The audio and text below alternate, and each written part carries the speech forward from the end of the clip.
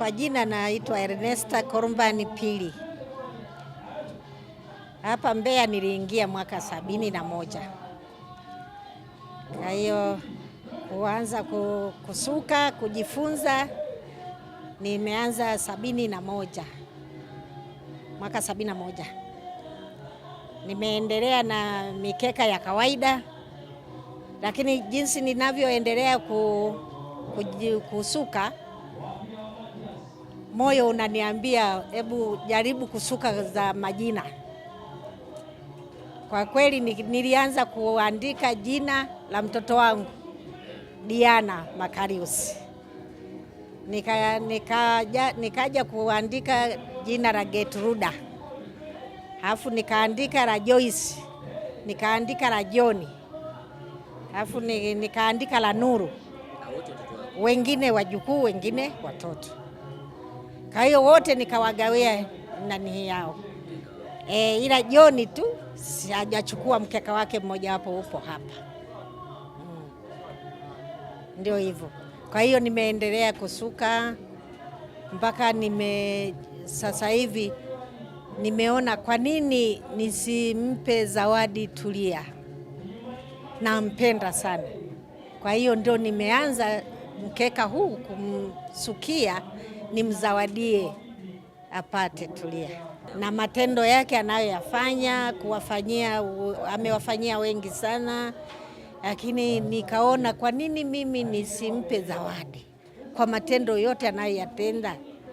Ndo nimeona bora nimsukie mkeka nimzawadie. Nimejisikia vizuri sana sana. Anasema bibi, nimeposti hapa, alikuwa ananisomea. Nikasema afadhali, maana mikeka ilikuwa inakaa ndani, haina hata wateja. Anasema basi bibi, nimeposti kwenye mtandao. Kwa kweli nimefurahi sana. Nimefurahi. Na kazi yangu naipenda sana. Sasa hivi maana nilikuwa nasuka halafu nauza. Wanaohitaji nauza, wasiohitaji basi naweka ndani. Watoto wangu wanakuja kuchukua, wanaenda nayo. Ndio hivyo. Kwa hiyo nikaendelea hivyo, lakini toka mwaka jana mwezi Disemba nimeanza kusuka hii mikeka yote hii, nikaiweka ndani. Kwa hiyo ndo naendelea tu kusuka. Napenda sana yani sana.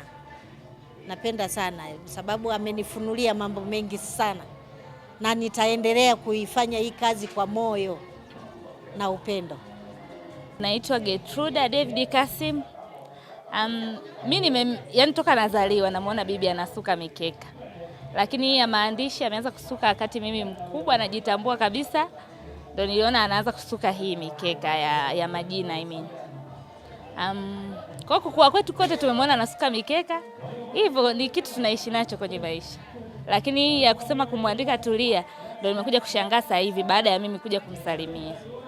Ndio nikaona nimrekodi, nikaposti tu kama content, lakini ikaenda. Nilishangaa kwa sababu kwanza nilimuuliza, "Kwa nini umemwandika Tulia? Utampelekea zawadi au?" Akasema nitampata wapi? Mimi nasuka tu, nitakuwa nauangalia ndani. Kwa hiyo mimi nikasema ngoja basi tuposti tu. Tukaposti hivyo kawaida kwa sababu hata mimi nafanya biashara mtandaoni. Lakini sikutegemea kwamba itakuwa na matokeo makubwa.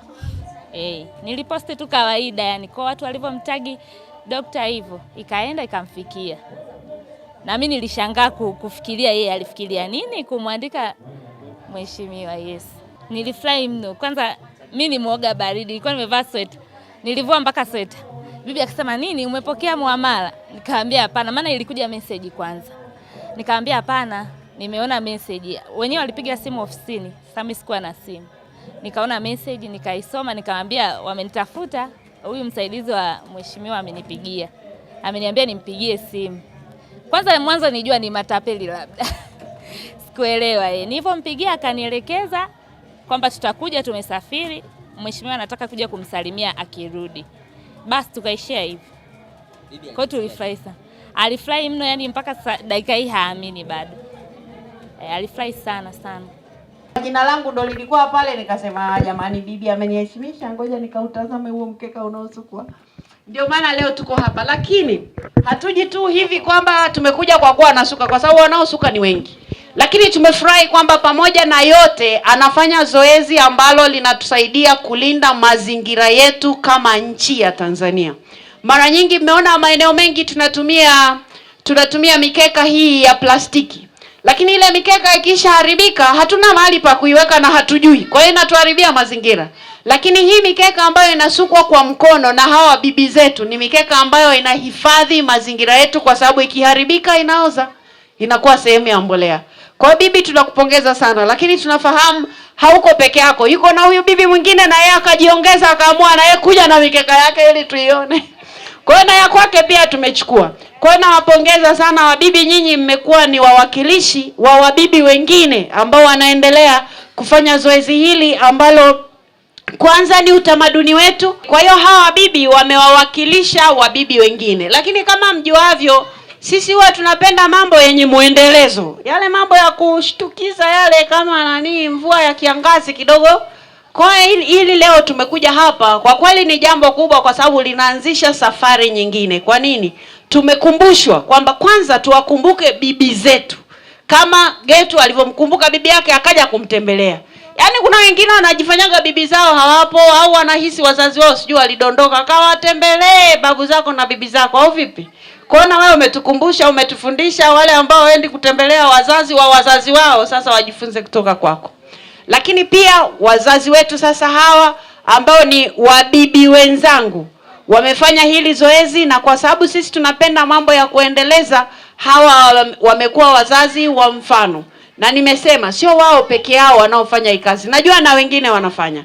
Na hapa nimeonyeshwa pia vikapu, na mimi nataka niseme hivi, wale mlioshona vile vikapu ni waombe sasa mshone vikapu vile ambavyo sio vya kuharibu mazingira, alafu tuendelee kutafuta wateja, au vipi? Kwa hiyo hawa wameonyesha mfano, na tutajitahidi, kwa sababu mwezi wa 9 kama mjuavyo huwa tunafanya mambo ya kukumbuka na kudumisha utamaduni wetu. Sasa katika ile sehemu ya ule utamaduni tutaendelea kuwaona wazee wengine pia ambao wana vipaji sio tu vya kusuka. Kwa hiyo hili zoezi ambalo bibi yetu hapa kwa kupostiwa na Getu kwenye mtandao wa kijamii ametuanzishia, basi na sisi tutajitahidi tuliendeleze, ili bibi zetu nao waendelee kufanya kazi hiyo kwa bidii, na sisi pia tutaendelea kuwaunga mkono kama ambavyo leo tumekuja hapa